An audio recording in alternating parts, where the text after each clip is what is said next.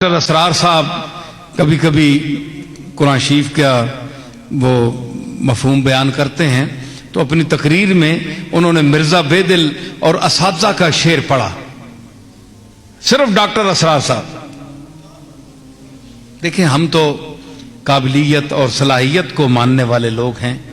اب کوئی اعتراض کرے جناب ڈاکٹر اسرار صاحب آپ کے ہم عقیدہ نہیں ہیں تو آپ ان کی تعریف کیوں کر رہے ہیں؟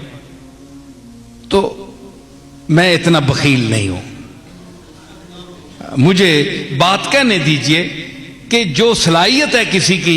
وہ آپ دیکھیں کہ انہوں نے دو چار شعر ایسے صوفیاء کے پڑھے جو اونچے درجے کے سطح کے لوگ ہیں۔ آج کل کوئی نہیں پڑھتا، وہ نہ کسی کو پتا ہے، علماء کو تو ہوا بھی نہیں لگی۔ ڈاکٹر صاحب کا فون پتہ کر کے ڈاکٹر اسرار صاحب کو میں نے لاہور فون کیا، میری ڈاکٹر صاحب سے بات ہوئی،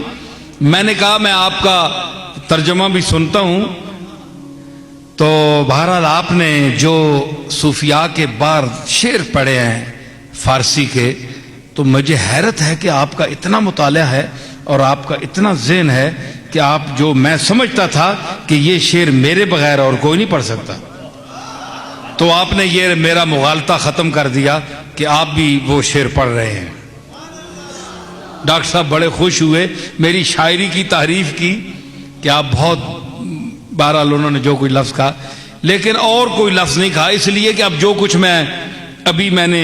محبت اور عشق کا درس دیا ہے تو ان کا اپنا ایک فلسفہ ہے، ان کے زاویہ نظر میں یہ ایک ایسی چیز نہیں ہے جو ضروری ہے، بلکہ یہ ہمارا اختلاف ہو سکتا ہے اس میں، لیکن یہ وہ یعنی گرمی ہے، وہ سپرٹ ہے جو میں آپ کو دے رہا ہوں۔ صوفیاء نے ہمیں دیا، احمد رضا نے ہمیں دیا، پیر میر علی شاہ نے ہمیں دیا، ابو سعید ابو الخیر نے دیا، علامہ اقبال نے دیا، وہ ہے گرمی عشق مصطفیٰ۔ تو جب تک یہ نہ دی جائے تو شاید ڈاکٹر صاحب کو اس میں شاید کوئی اختلاف ہو، کوئی اور باتیں ہیں اس میں اختلاف ہو، تو انہوں نے اور کوئی کسی چیز کی تعریف نہیں کی۔ بہرحال یہ بھی ان کی مہربانی ہے، وہ مجھ سے بڑے ہیں، عمر میں بزرگ ہیں، تو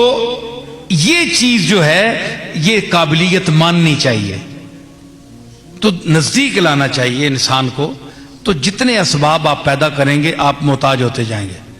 جتنے اسباب کم ہیں محتاجی کم۔